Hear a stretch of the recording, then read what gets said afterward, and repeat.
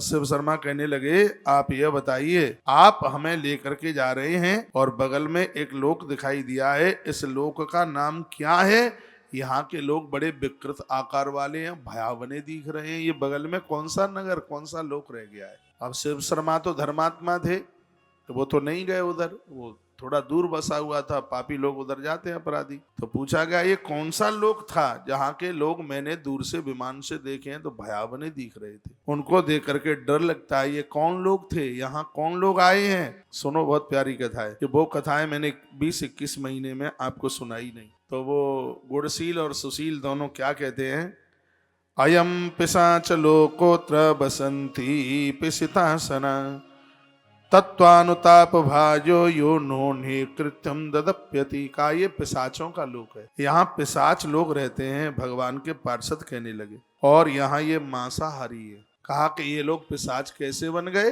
ये कैसे पिशाच बने? तो भगवान के पार्षद कहने लगे, जो दान देने के बाद में रोता है, जी हमने क्यों दे दिया, ये तो बच्चों के काम में आ जाता है। स्पष्ट वर्णन है इसमें, स्पष्ट वर्णन किया गया है कि जो दान देने के बाद में जो रुदन करते हैं, दत्वा दानम ताप भोजान्यो या करता दत्त, दान देने के बाद में उनको दुख होता है, जी ये पैसा हमारे काम में आ जाता, या देने के बाद में फिर वापस ले लेते हैं, वर्णन है, या देने के लिए बोल दिया बाद में मना कर देते हैं, 100% ऐसे लोग पिशाच बनते हैं। यह भगवान के पार्षद बता रहे थे। तो वर्णन किया गया है कि या तो देने के बाद में फिर दुख कर रहे हैं, किसी ने दे दिया, घर के लोगों ने लड़ाई करी कि तुमने ऐसा क्यों किया, घर में झगड़ा हुआ, कलह हुआ, माथा फोड़ी हुई। इसलिए मैं निवेदन करना चाहूंगा, कोई शराब पीता है, जुआ खेलता है, उसका विरोध होना चाहिए,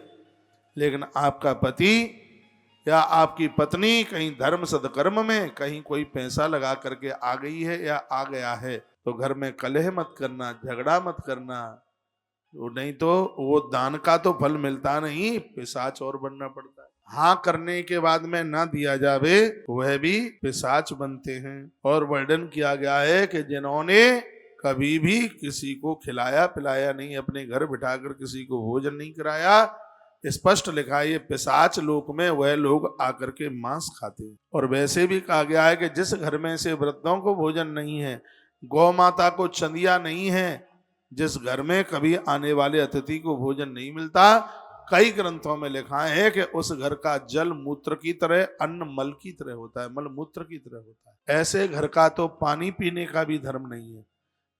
जिसके घर कभी संत महापुरुष नहीं आते, वृद्धों का सम्मान नहीं होता जिनके घरों में, ऐसे घर का पानी पीने का बिल्कुल भी धर्म नहीं। सत्यनारायण भगवान की कथा किया करो, व्रत उपवास किया करो, अमावस्या पूर्णमासी को हवन यज्ञ किया करो, साधु ब्राह्मणों को बुलाओ, अतिथि मेहमान लोग आते रहें, तब तो वह घर आप अपने आप में देवलोक बन जाता है, प्रभु का धाम बन जाता है, प्रभु का सुंदर स्थान बन